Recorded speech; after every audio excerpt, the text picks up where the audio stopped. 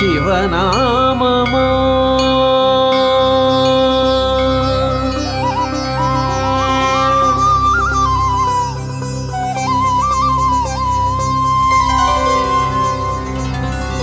శివనామమా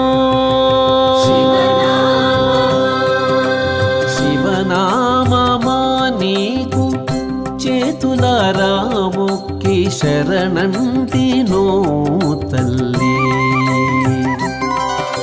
ఎందుకంటే అంతరుద్రుణ్ణి దేనికి ప్రార్థన చేస్తున్నావు? ఇదొక్కటి చెప్పండి.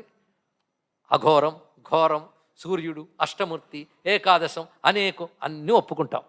అన్ని ఆయన శివుణ్ణి ఎందుకు, రుద్రుణ్ణి ఎందుకు ప్రార్థన చేస్తున్నావు? చెప్పండి చెప్పండి. శుభం కోసం, క్షేమం కోసం, ఆనందం కోసం, శాంతం కోసం. అవునా లేదే? ఇందులో ఏదైనా తీసేద్దామా? అబ్బే, శుభం కోసం, క్షేమం కోసం, ఆనందం కోసం, ఇంకా మనకి మెచ్యూరిటీ వస్తే చిత్తశుద్ధి కోసం, చిట్ట చివరికి జ్ఞానం కోసం, మోక్షం కోసం. మొత్తం రాసుకోండి. ఇవి తప్ప ఇంకోటి లేదు. కనుక క్షేమం, శుద్ధం, శాంతం, శుభం, జ్ఞానం, మోక్షం, ఇన్నిటికీ కలిపి ఒక్క వరుడిదేనో ఉందంటే ఆ పదం పేరు శివ. ఇది తెలుసుకోండి ఇక్కడ. కనుక ఇప్పుడు ఎవరికి శివం అక్కర్లేదు. అబ్బా నాకు శివనామం వద్దండి, నీకు శివమే లేదు పో అన్నాడు ఇక్కడ.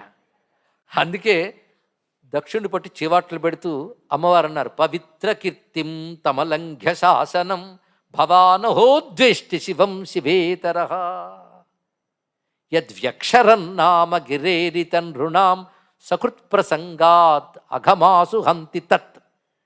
ఎవడి పేరుని ఏదో మాటల సందర్భంలో ప్రసంగవశాత్తు అలా అన్నా చాలు, పైగా కష్టమైన పేరేం కాదయ్యా, ఒత్తి పలకాల బాధల.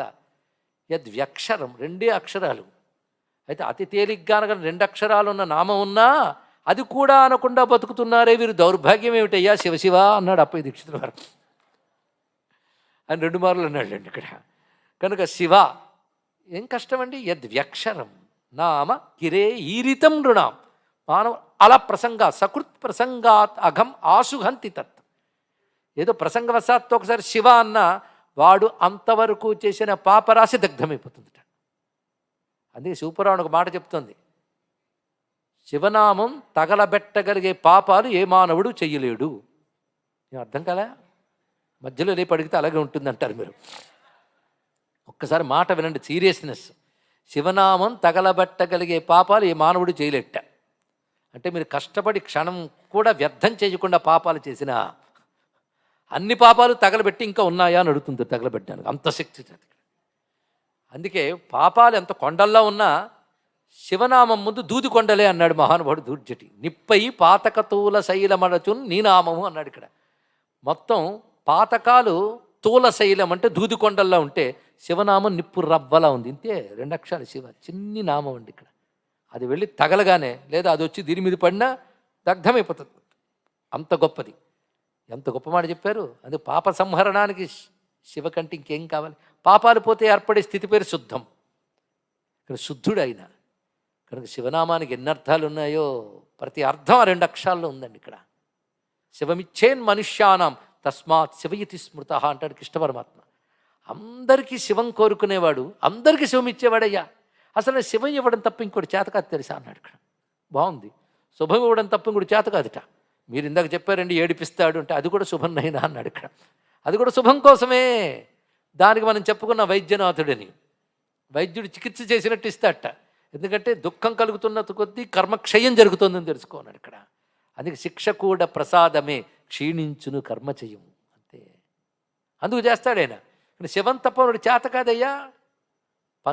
పంచదారికి తీపి ఇవ్వడం తప్ప మరొకటి తెలియదు, శివుడికి శుభం ఇవ్వడం తప్ప మరొకటి తెలియదు. ఎందుకంటే పంచదారికి తీపి స్వభావం, శివుడికి శివం స్వభావం. కనుక ఎవడికి శివం స్వభావమో వాడు శివుడు. ఎంత బాగుందండి. శివం స్వభావం కావాలి.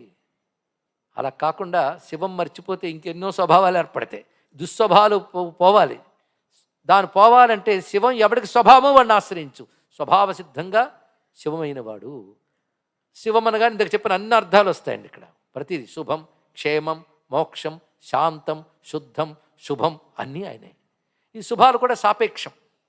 లౌకిక విషయాలు కోరే వాళ్ళకి శుభాలు వేరు, పరమార్థం తెలిసిన వాడికి బ్రహ్మ తన్మంగళం పరం, వేదవాక్యం. బ్రహ్మమే మంగళము, అదే శుభం, అదే కావాలి వాడికి. అలాంటి వాడికి అది ఇస్తాడు. అది ఇస్తే ఇంకేమి ఇవ్వక్కర్లేదు. ఇవి ఇస్తే ఇదైతే ఇంకోటి అడుగుతాం, అది ఇస్తే ఇంకెవడగం, ఇదేనా అదేనా ఇస్తాడండి ఆయన ఇక్కడ. కనుక శివ శబ్దంతో చెప్పబడ్డవన్నీ ఇచ్చేవాడెవడో వాడు శివుడు. కనుకనే ఈ రుద్రం అంతా కలిపితే శివం కోసమేగా. కనుకనే రుద్రం అనే మహావృక్షానికి బీజం లేదా ఫలం శివమే అన్నాడు ఇక్కడ. అది ఆ శివునకు నమస్కారము. ఇంతవరకు రుద్రునికి నమస్కారం అన్నారు, శివునికి నమస్కారం అనేయండి. శివునకు లేదా శివునికై నమస్కారం అని చతుర్థి విభక్తి చేస్తే శివశబ్దానికి శివాయ అనాలి. నమః శివాయ నమః, ఇది పంచాక్షరి విద్యయ్య అన్నాడు ఇక్కడ. నమః ముందు తీసుకొస్తే నమఃశివాయ, ముందు తీసుకొచ్చిన వెనక్కి తీసుకొచ్చిన భావం మాత్రం ఒకటే తెలుసుకోండి ఇక్కడ.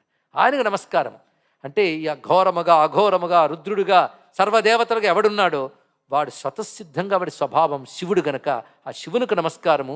శివుని లేదా శివము కొరకు నమస్కారం, శివునికై నమస్కారము, శివమునకై నమస్కారము, శుభం కోసం నమస్కారం, శుభస్వరూపుని కోసం నమస్కారం.